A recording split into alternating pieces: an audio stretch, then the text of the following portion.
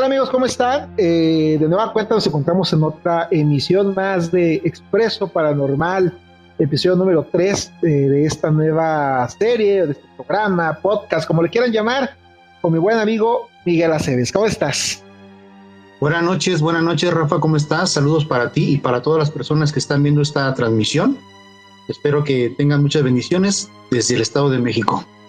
Y como siempre, mira, con cafecito para que vaya muy ad hoc con el programa.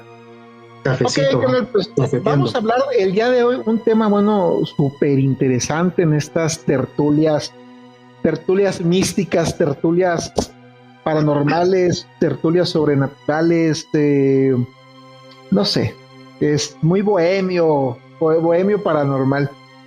Transcomunicación instrumental. Vamos a hablar acerca del fenómeno de la transcomunicación instrumental. ¿Qué nos puede decir acerca del fenómeno de la transcomunicación instrumental, Miguel?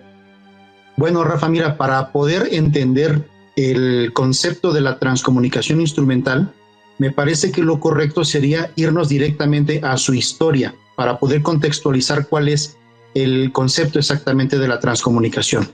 Y para empezar a hablar de la historia, a pesar de que la transcomunicación instrumental tiene ya mucho más de 100 años que se está manejando, podemos irnos al momento en el que oficialmente comienza el estudio de la transcomunicación.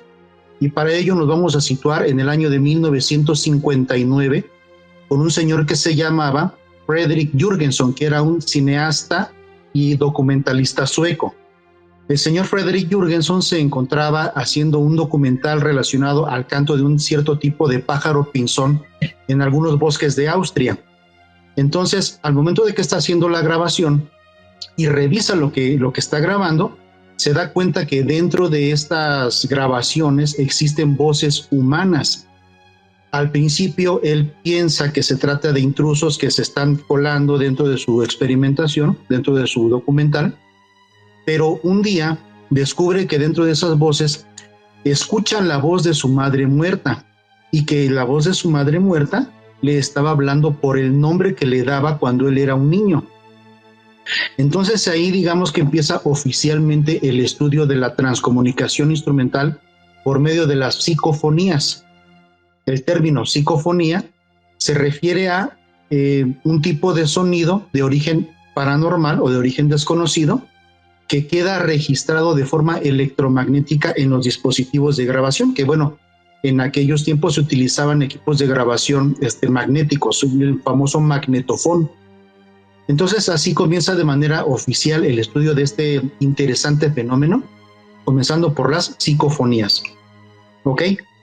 Para también decir cuál sería el término específico de la psicofonía, es una palabra que se compone de dos vocablos, por un lado psiquis, que significa mente, y por otro lado fonos, que significa sonido. Originalmente la ciencia pensaba que se trataba de sonidos creados por el experimentador a través de la mente y que en una suerte de ventriloquía involuntaria podía registrarlos dentro de los magnetofones o dentro de las cintas magnéticas, cosa que después quedó descartada por completo, ¿no? Ya en base a la evidencia quedó descartada. Y hablando de la evidencia, pues también podemos comentar que han habido muchísimas hipótesis. Sin embargo, la hipótesis más aceptada, o así lo marca la evidencia, es que se trata de personas que han fallecido. O sea, es decir, estamos hablando de comunicarnos con personas que ya fallecieron a través del uso de equipos electrónicos de grabación. ¿Ok? Hasta ahí vamos más o menos bien. En el año de 1900...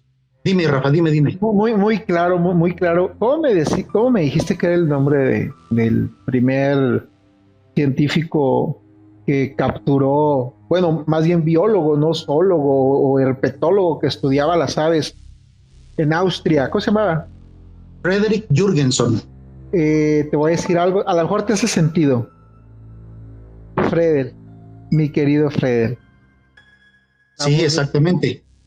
Esa fue la frase que él registró en el magnetofón haciendo la experimentación. Es correcto. No puedo imaginarme. Imagínate la impresión, hermano, que se debe haber llevado este hombre de ciencia al encontrarse por primera vez con lo desconocido desde un punto de vista plenamente científico. Imagínate estar escudriñando entre las cintas el canto de los pinzones y de repente como un eco así, un eco así del más allá. Fred, mi querido Fred. Sí, es correcto. Increíble. Es hasta romántico el inicio de la historia de la transcomunicación instrumental. La verdad que sí. Y te decía yo al principio, al final de cuentas es un fenómeno que tiene muchos más años, hay muchos otros antecedentes que también son igual de interesantes, como por ejemplo Thomas Alva Edison, que fue un gran inventor. En su tiempo intentó fabricar algunos aparatos para poder lograr esta comunicación, ya que durante la Guerra Mundial, digamos por allá en los años 30, 40, por ahí finales de los 30, principios de los 40, ya existían algunos registros en los que se empezaban a utilizar equipos de radiocomunicación en la guerra, y en esos mismos equipos de radiocomunicación se lograban escuchar voces que no pertenecían lógicamente a las frecuencias que estaban ellos utilizando. Algunas ocasiones ellos pensaban que se trataba de voces de los enemigos, de interferencia enemiga, pero después pues no encontraron ninguna evidencia al respecto de ello y quedó simplemente como cosas que quedaron sin ninguna explicación, vamos. Entonces Thomas Alva Edison trató, por la misma necesidad después de la guerra, la gente quería recomunicarse con sus familiares muertos, trató de fabricar un par de equipos para poderlo lograr, y esas patentes desafortunadamente nunca vieron la luz, no salieron al mercado. Uno de ellos era la ouija electrónica y otro era el teléfono fantasma, ¿no? Entonces eran cosas muy interesantes que ya tenían mucho tiempo que se investigaban, pero digamos que con la ouija electrónica y el teléfono fantasma. El Spirit Phone. ¿Y cómo funcionaban estos aparatos? Mira, en realidad no recuerdo muy bien cómo es el funcionamiento de estos equipos, porque desafortunadamente nunca salió la patente, solamente hay registros que él anunció que estaba trabajando en ello. Sin embargo, él tenía por ahí un pensamiento un poquito extraño en relación a estos espíritus, vamos a llamarles de una forma, espíritus, cómo es que se comunicaban. Él pensaba que se trataban de pequeñas seres vivos, como digamos una especie de bacterias, que todas juntas conformaban el alma, el espíritu, y que era a través de ellos que se podía lograr la comunicación. Pero en realidad, te digo, desafortunadamente nunca vieron la luz esas patentes, y se quedó, sin embargo, ahí muy interesante porque, bueno, fue, digamos, los primeros pasos que dio la transcomunicación. Y con Frederick Jurgenson, digamos, de forma oficial comienza el estudio. Y para todas las personas que piensan que este tipo de temas solamente se le da tratamiento a través de personas que no tienen estudios, que no hay científicos que avalen este tipo de fenómeno, te quiero comentar que los transcomunicadores o las personas que llevaron a cabo el ejercicio de la transcomunicación, el estudio oficial de la transcomunicación, fueron todos ellos personas de ciencia, todos ellos. Independientemente de que Frederick Jurgenson era cineasta, era documentalista, era antropólogo, era historiador, bueno, tenían varias actividades, hubo un ingeniero que se llamaba Konstantin Raudiv, y Konstantin Raudiv se interesa mucho en el trabajo de Frederick Jurgenson, y junto a él son los que difunden a través del mundo el fenómeno. Y fue tanto el auge que tuvo, el empuje que le dio el ingeniero Konstantin Raudiv, que era un ingeniero en electroacústica, se llegaron a llamar también las voces de Raudiv. En vez de psicofonías eran las voces de Raudiv. Entonces así fue de grande la importancia. Y digamos que ya en el año de 1985, ya en Europa, pues era un auge tremendo, la gente ya era muy aficionada a grabar este tipo de voces de psicofonías.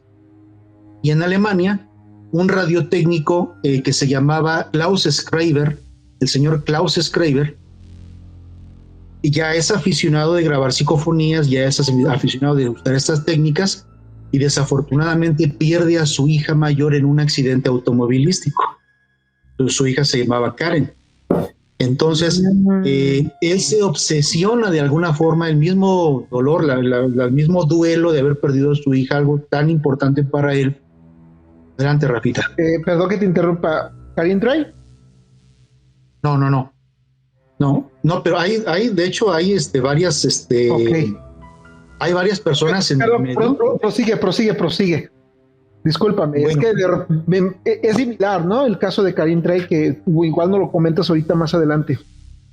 Sí, de hecho, hay varias personas que tienen más o menos el mismo nombre. Por ejemplo, podemos después comentar, Gary Galka también perdió a una de sus hijas y se llamaba también igual. Entonces, pero ya es un tema que podemos ver más adelante para extendernos un poquito en relación a todo lo que tenga que ver con la transcomunicación. Y bueno, el señor Klaus Schreiber se obsesiona en tratar de comunicarse con su hija, y aquí la historia es muy interesante y da un vuelco tremendo, porque la historia nos cuenta que fue a través de las psicofonías que el señor Klaus Schreiber recibe las instrucciones de cómo puede comunicarse con su hija a través del monitor de una televisión, es decir, poderla ver directamente en el monitor de la televisión a su hija muerta, y recibe las instrucciones de cómo diseñar este sistema a través de las psicofonías. Así de interesante es. Entonces el señor Schreiber inventa el sistema que el día de hoy llamamos el sistema de retroalimentación de Klaus Schreiber. Y de esa forma nacen las psicoimágenes. Entonces, estas dos cosas, las psicofonías, por un lado, la grabación de sonidos en una cinta magnetofónica, y por el otro lado, el fenómeno de poder ver a estas entidades o a estos mundos paralelos, a estos mundos, no sé cómo llamarles, dimensionales, a través de la pantalla de un monitor. Entonces, en su conjunto, que son psicoimágenes y psicofonías, se le llama transcomunicación instrumental, que fue un término que acuñó un ingeniero, fíjate, un ingeniero en física, un físico alemán llamado Ernst Senkowski. El doctor Ernst Senkowski, él oficialmente acuña el término transcomunicación instrumental para referirse a todas aquellas comunicaciones que se pueden lograr a través del uso de equipos electrónicos, ya sea de video o de audio, digitales o analógicos. Así es como nace el término. Y por ahí también en los años 80 en Estados Unidos hay una señora que también es una persona muy importante en el tema, que se llamaba Gloria Stepp. La señora Gloria Stepp acuña un término para referirse a las psicofonías que a mí en lo personal me parece mucho más adecuado, más correcto, que es el término fenómeno de voz electrónica, o por sus siglas en inglés, EVP, Electronic Voice Phenomenon.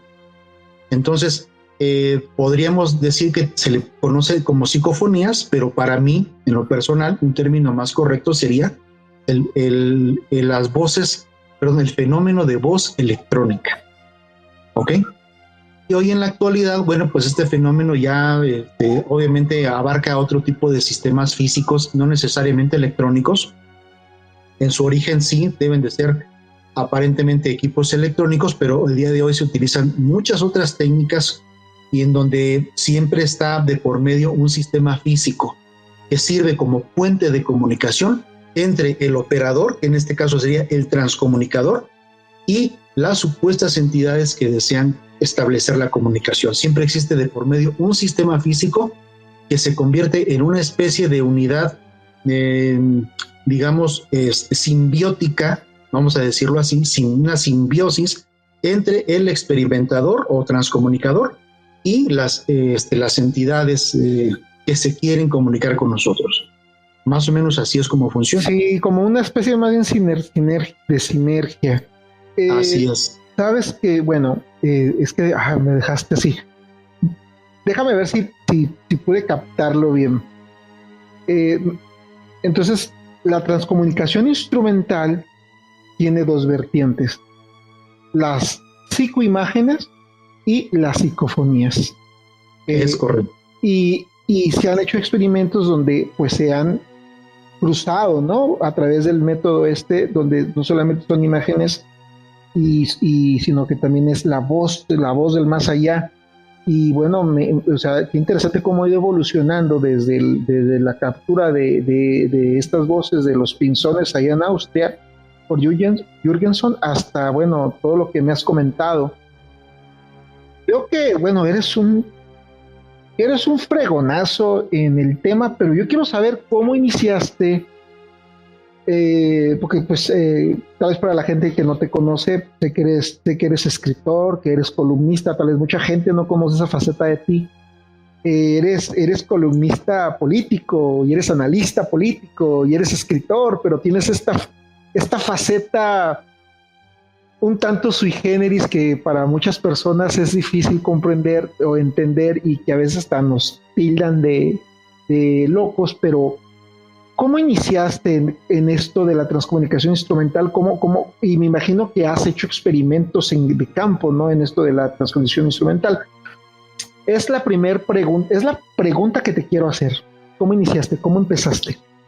Fíjate que está interesante.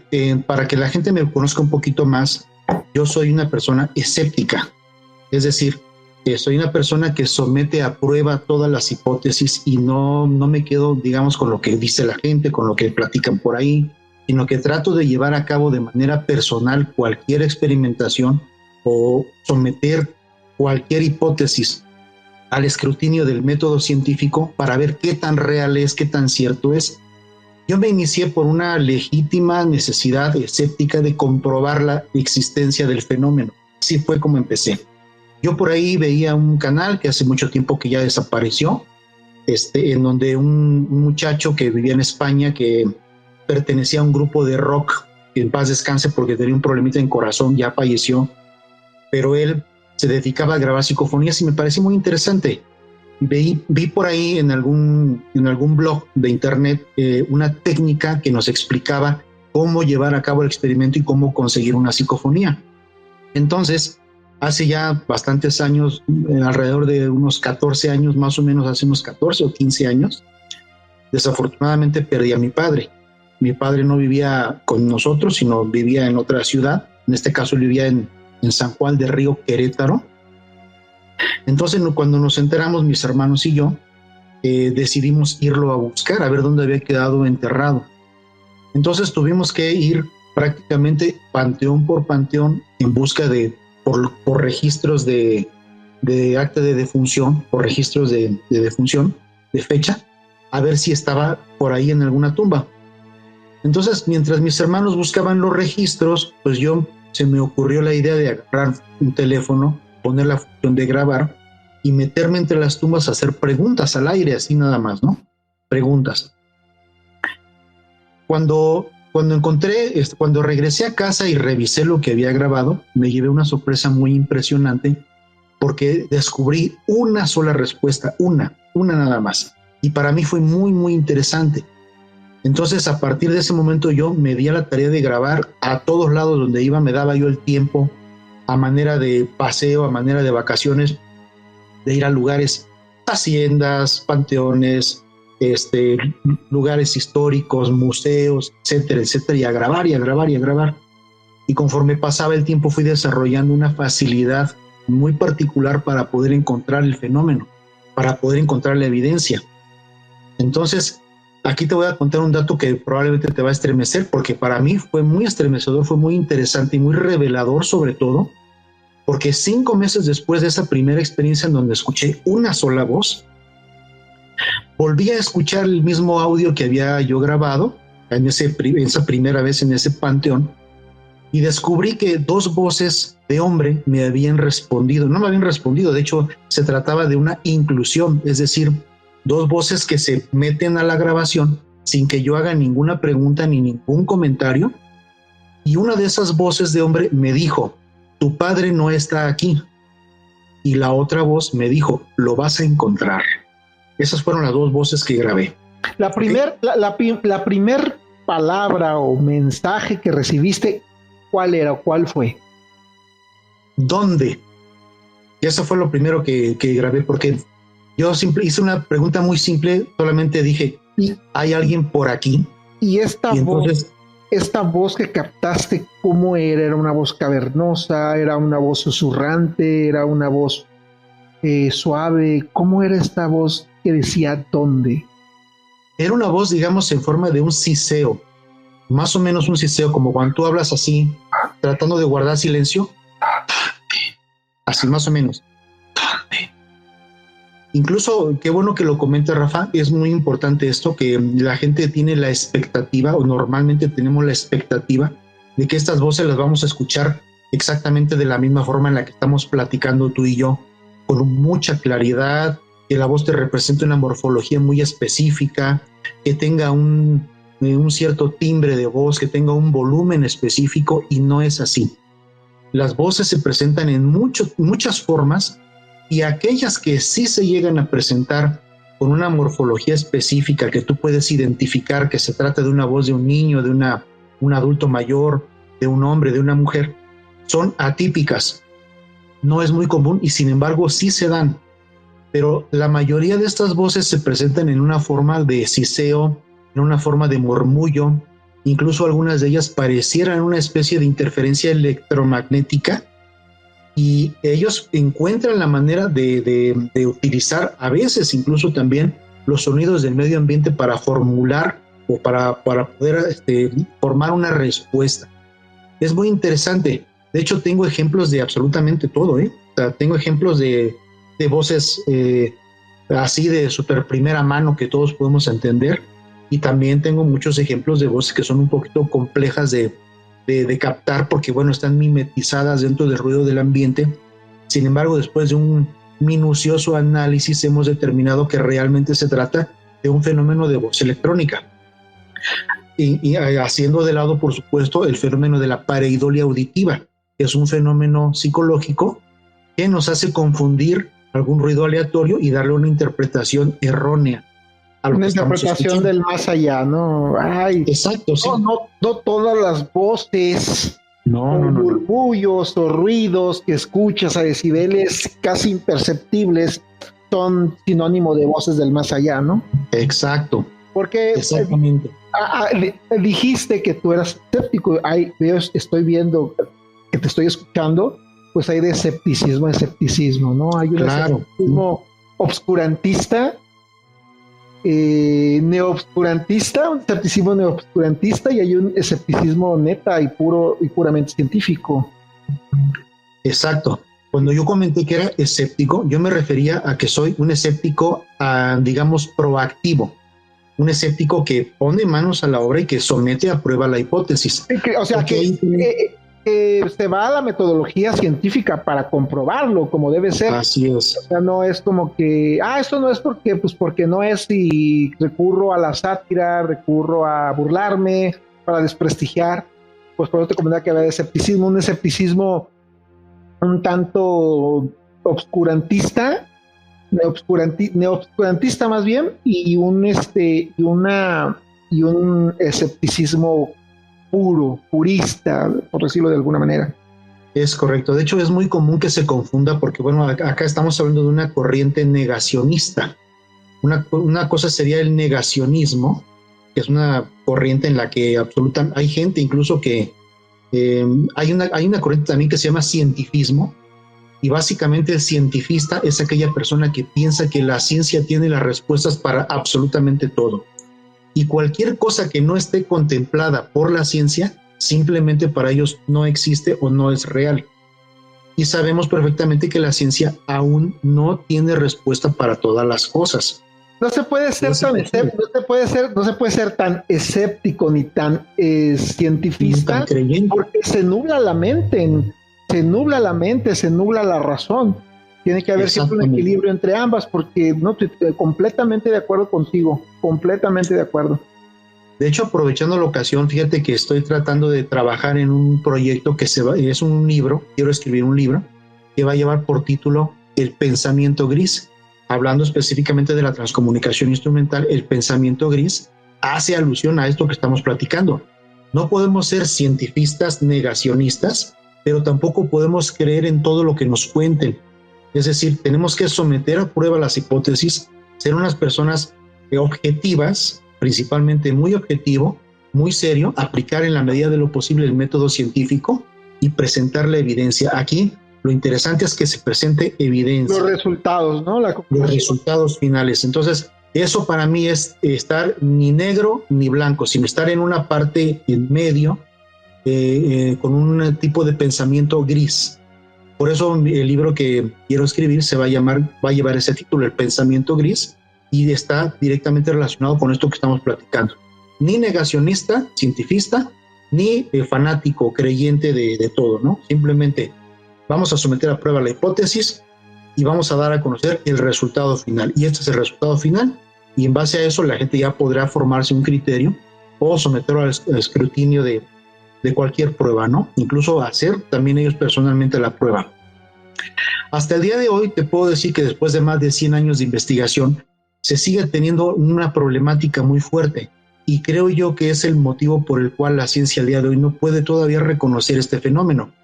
El fenómeno tiene 3 características principales, como la tienen muchos otros fenómenos en la naturaleza, que es el fenómeno, no podemos controlarlo, es decir, el fenómeno se produce cuando quiere, como quiere, en el momento que quiere, y no lo podemos controlar, no lo podemos reproducir en un laboratorio. Yo no puedo tener una fórmula exacta con la que yo diga, voy a hacer esto y en consecuencia, como resultado final, voy a obtener una psicofonía o voy a obtener una psicoimagen. No lo hemos logrado todavía, el fenómeno es incontrolable. Se produce cuando quiere, es decir, es efímero, se produce en el momento que quiere, el tiempo que quiere, efímero, bueno, en reducidas palabras. Se manifiesta cómo, cuándo y donde se le viene en gana. Así es, exactamente. Sí. Pensamos o se tiene la hipótesis. Y hechos fortuitos, ¿no? Cuando alguien logra captar alguna evidencia sobrenatural o paranormal, o está más allá de lo que se puede entender, pues casi todas son de manera fortuita, ¿no? Es algo que se manifiesta, ya no es tanto como que lo estás buscando, sino que aleatoriamente se presenta. Yo creo que esa es la complejidad para este rollo, porque fíjate que yo siempre he tenido un conflicto que ni siquiera es conflicto, más bien es un dilema personal. Me difiero mucho, ¿no?, de las personas que se autonombran investigadores del fenómeno paranormal, porque el fenómeno paranormal no se puede medir el fenómeno como tal, porque no conocemos la ciencia que se encuentra detrás. Tenemos la técnica, ¿no? Como lo haces tú, que tienes, o sea, se experimenta técnicamente con esto, pero no se puede realizar una investigación de algo que no se conoce. Pues tú puedes, por ejemplo, investigar la migración de las aves, o puedes investigar un fenómeno social, político, pero ¿cómo estudias el fenómeno fantasmagórico si no conoces los procesos físicos, ni los procesos químicos, y mucho menos biológicos de lo que pudiese estar involucrado en el punto de lo fantasmagórico? Porque estamos hablando las propiedades físicas de esto que está aquí, esto es materia, esto no es materia, esto está en estado sólido, esto es estado líquido, esto es estado lumínico. ¿Cómo lo entiendo? ¿Cómo lo comprendo? Y bien dijiste tú, es que no se puede ser tan negacionista, porque en este momento la ciencia, yo digo, soy cientifista hasta cierto punto, porque yo sí creo que la ciencia lo explica todo, pero no en este momento. A lo mejor esto lo va a poder entender y explicar tal vez en 100 años o en 1000 años de desarrollo científico y tecnológico, pero a este momento es algo desconocido, como en su momento fue, por ejemplo, los fenómenos naturales que observaban el fuego, la lluvia, el hombre primitivo no se explicaba estos fenómenos y le daba una connotación sobrenatural o una connotación divina, pero que el hombre, a través de precisamente este punto de tratar de explicar siempre las cosas, pues llegó a desarrollar la ciencia y pudo dar explicación. Entonces, ¿quién nos dice que el fenómeno fantasmagórico o el fenómeno ovni extraterrestre o todos los fenómenos que se tocan, nadie nos puede garantizar que en 100, 200, 300 años podamos entender el origen científico de estos fenómenos? Cierto, Rafa. De hecho, no te creas, no estamos tampoco tan lejos. A mí me parece que es solamente una cuestión de que sea redituable para la ciencia, por supuesto. Muchos conceptos en la ciencia, sobre todo aquellos conceptos que no se pueden cambiar, como por ejemplo la muerte. No ha descubierto la ciencia todavía cómo evitar la muerte o prolongar la vida. No son negocios, no son redituables. Probablemente si la ciencia invirtiera algún tiempo y algún recurso para poder llegar al meollo de este asunto, encontrar principalmente las causas, porque bueno, conocemos los efectos los conocemos, es decir, la evidencia ahí está, pero no conocemos la causa. Y te digo, Rafa, sabemos que el principio de causalidad es inquebrantable, es decir, para todo existe una causa y un efecto. Conocemos el día de hoy solamente los efectos, pero no conocemos las causas. Y el hecho de que no conozcamos las causas no significa necesariamente que el fenómeno no exista o que se lo tengamos que atribuir a cualquier cosa que se nos ocurra, que ya esté dada, ya esté determinado por la ciencia. Hay como, por ejemplo, hablando del escepticismo, ¿no? Del escepticismo purantista y del escepticismo purista. Ya te hicimos una definición, ¿no? De escepticismo aquí. Decir, vamos al tema del hombre primitivo, ¿no? Como decir, es que está el fuego. Pues como no conozco el fuego no existe, ¿no? No existe el fenómeno del fuego, o no existe el fenómeno de la lluvia, o no existe el fenómeno de los rayos, ¿no? El rayo, ¿qué es el rayo? No, pues es que no existe el rayo, ¿no? Como no sé qué es, no existe y me burlo del rayo, ¿no? Cuando en realidad es que no entendemos el proceso del fenómeno en estos momentos de nuestra vida. Fíjate, me hiciste recordar, Rafa, un fenómeno que es muy interesante, incluso aplica para esto, O sea, si yo te dijera que vamos a hablar de algo paranormal, vamos a hablar de psicofonías, yo te dijera como preámbulo a la plática, vamos a hablar de un fenómeno que la ciencia todavía no entiende cómo se produce. Vamos a hablar de un fenómeno que se produce de manera espontánea, de manera esporádica, de manera efímera. Al día de hoy no podemos controlar ni reproducir dentro de un laboratorio. Y yo te preguntara, ¿de qué fenómeno crees que estamos hablando? Probablemente tú me dirías, bueno, estamos hablando de psicofonías, y yo te diría, estamos hablando de un rayo globular. Un rayo globular es un fenómeno natural que todos hemos visto, que el día de hoy muchas personas le llaman una centella. Creo que le llaman así las centellas, las famosas, son rayos globulares, que al día de hoy la ciencia no sabe cómo se produce y no lo pueden reproducir, pero el fenómeno está. Hay videos de ello, hay personas que lo han visto, hay personas que incluso los llegan a confundir con ovnis y con objetos voladores no identificados, pero es un fenómeno natural que simplemente desconocemos por completo y existe. Rayos y centellas. Rayos y centellas, sí. Y que te puede matar. ¿Mandé? Y que te puede matar. Y desconocemos cómo se produce. Es un rayo globular, digamos, es un rayo en forma de esfera. No podemos decir que no existe, ¿no? No podemos decir que no existe, exactamente. Sí. Y el negacionista tiende a hacer eso, lo que tú acabas de comentar. Al negacionista le presentas una evidencia y en vez de buscar la manera de acreditar la evidencia y de someter a prueba la evidencia, busca la manera de reemplazarlo con cualquier otro fenómeno y decir que se trata de nuestra imaginación.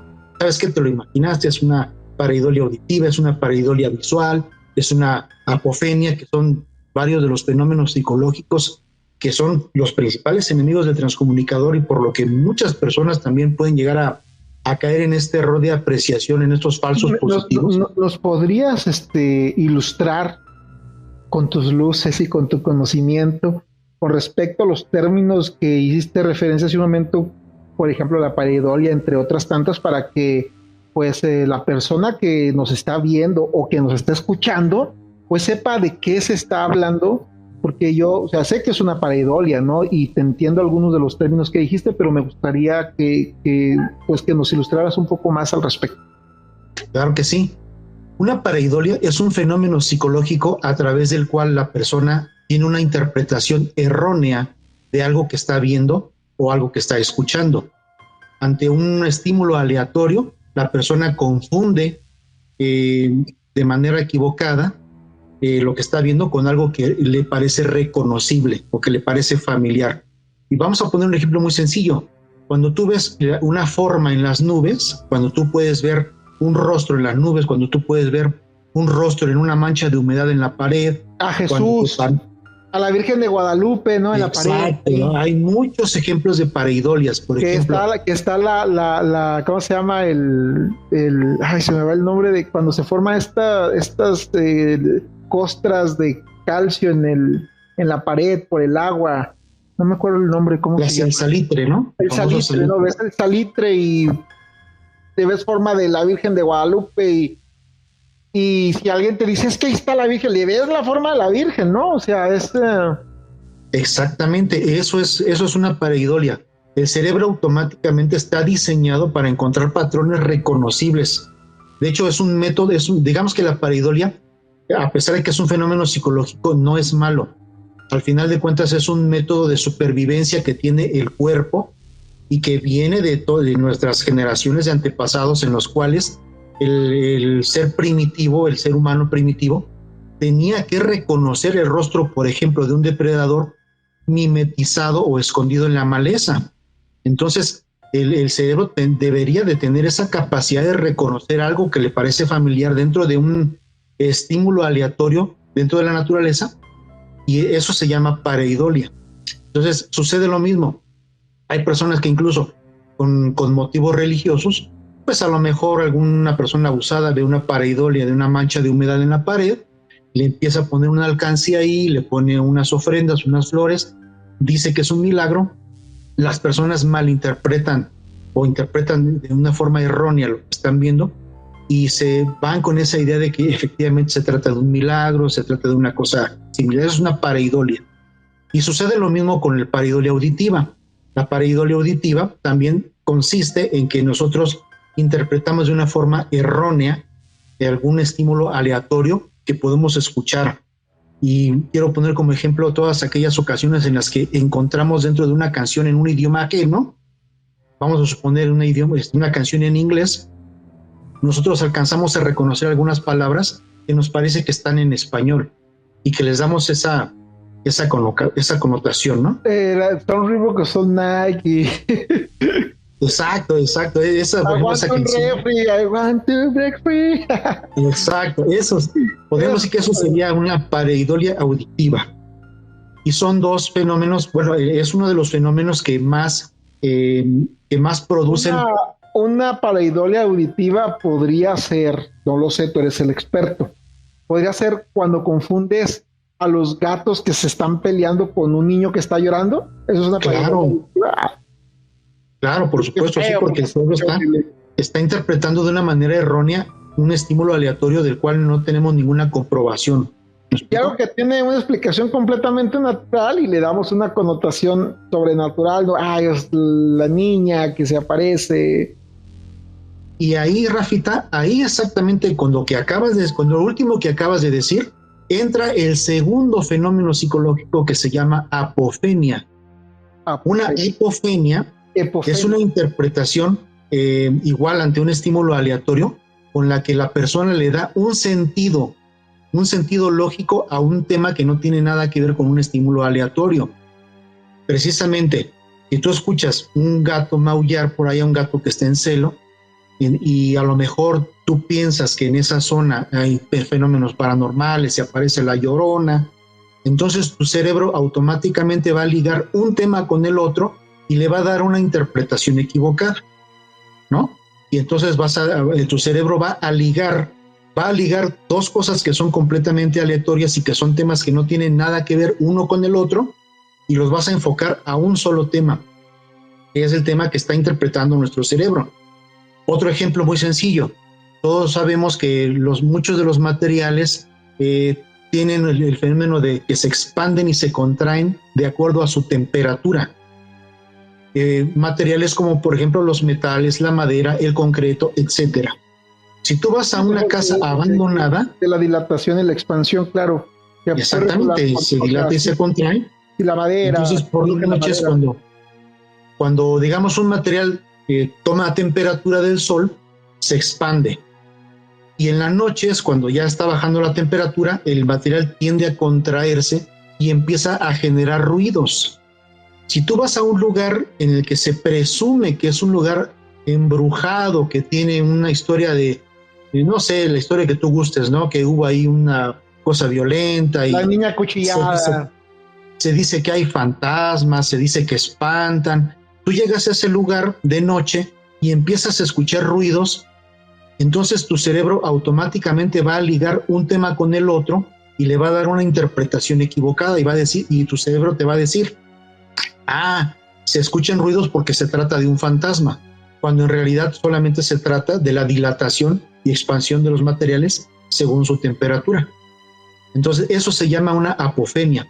Son los dos fenómenos principales que nos pueden producir un error de interpretación. Excelente explicación. Bueno, mira, ya se nos está terminando el tiempo. Está bien interesante. Solamente me gustaría que nos comentaras, a grosso modo, 2 o 3 experiencias personales en base a tus estudios que sean increíbles y que nos prometas que nos vas a traer más adelante para quedarnos con las ganas, ¿no?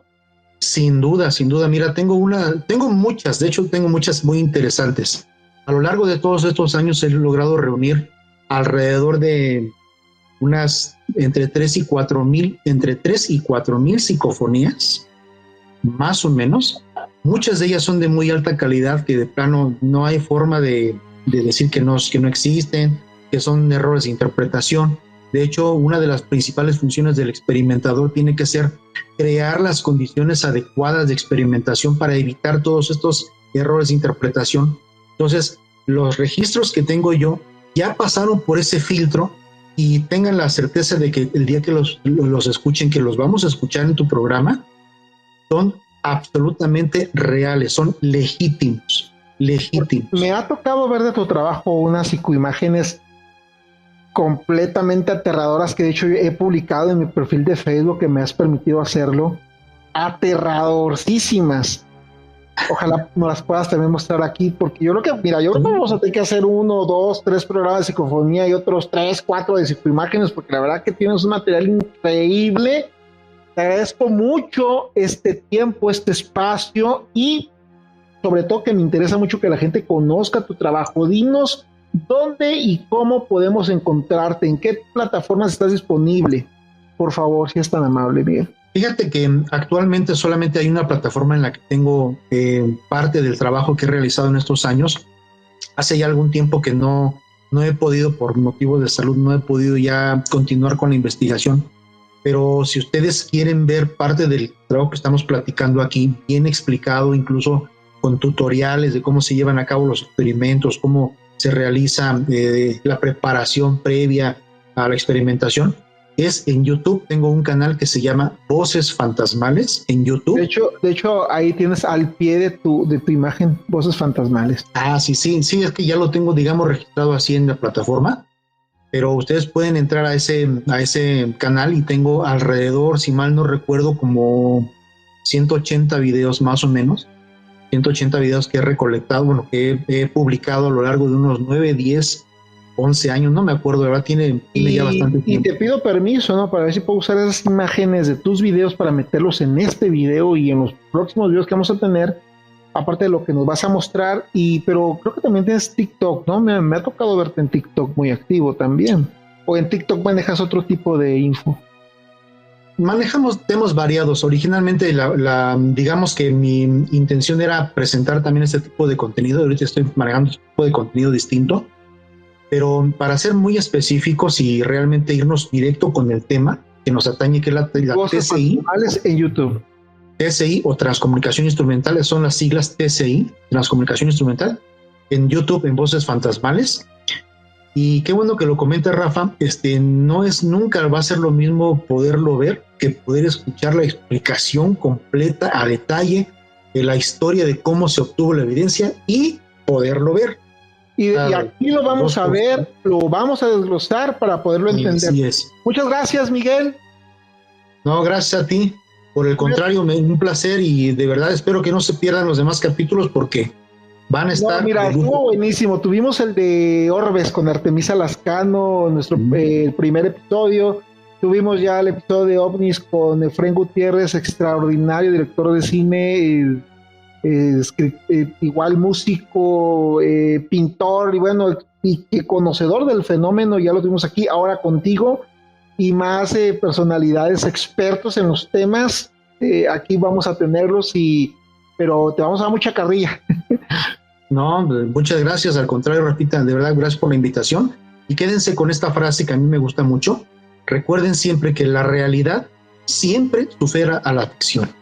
La realidad supera a la ficción, y estoy muy seguro que el día que ustedes puedan ver estos fenómenos, puedan ver estas evidencias que he podido recolectar y las expliquemos aquí, se van a quedar muy impactados. No es lo mismo platicarlo que experimentar. Ya 6 te van a quedar. Es correcto. Perfecto. Bueno, carnal, pues muchísimas gracias. Entonces nos estamos viendo en otra edición más de Expreso Paranormal. Muchas gracias. Buenas noches. Hasta pronto. Buenas noches a todos. Muchas gracias. Bendiciones. Cafecito. Bendiciones. Bye, bye. Salud. Hasta luego. Hasta luego.